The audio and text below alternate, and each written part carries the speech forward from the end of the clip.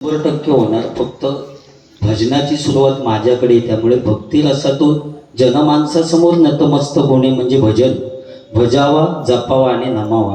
त्यामुळे भजनाची सुरुवात करूया. 100% तुमचं मनोरंजन होणार आहे. फक्त जरा उशिरा कार्यक्रम चालू झाल्यामुळे पहिले नोटेशन भजन निरूपाचा अभंग जरा पटकन सलग घेऊन टाकूया. आणि गजरातना जास्तीत जास्त मनोरंजन. समीर कदम बुवा म्हटल्यानंतर तुम्ही यूट्यूबला बघत असाल, अतिशय सुंदर बुवा आहेत ते. म्हणजे माझ्या सिंधुदुर्ग जिल्ह्यामध्ये गोड गळ्याचे बुवा, एक नंबर बुवा म्हणजे समीर कदम बुवा. त्यांच्यासाठी टाळ्या झाल्या पाहिजे. कारण तुमचा आता चतुर्थीच्या टायमात ते कोणाच्या घरी नाही गेले तरी पण ते भजन करीत असतं, की त्यांची खासियत आहे.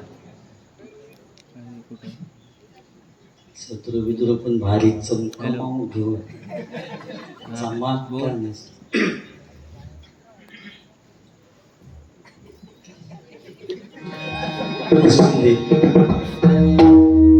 जंतू माझ्यावर मारला नाही आणि ते चुरीतलाय त्यांका जाता. असू दे. साऊंड पण अतिशय सुंदर आहे तुमचं. फक्त कसा पटकन झाला ना, त्यामुळे तुमका त्या म्हणजे ऑपरेटिंग करू जरा प्रॉब्लेम झालो. हळूहळू कसा तरी करा काहीतरी. गजरापर्यंत जरा ओके एकदम करून ठेवा. आता फिरवीत राहा पाठवा. बरोबरच या जुवाटी गावातील ग्रामस्थांचे आभार मानावे तेवढे कमी आहेत. कारण मंदिरं आम्ही बऱ्याच ठिकाणी बघितली, पण अशा पद्धतीचा मंदिर मी खरोखरच पहिल्यांदाच बघितले. त्यामुळे या जुवाटी गावातील ग्रामस्थांसाठी कारण काय बसा बिसाची सोय हवी सगळे होय. तर वरचे त्यांना वाटतं की आम्ही मेट्रोतच आहोत, खालचे लोकल ट्रेन वाले प्लॅटफॉर्मवर. थिएटर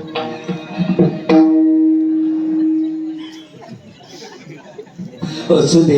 या ठिकाणी भजनाची सुरुवात करूया.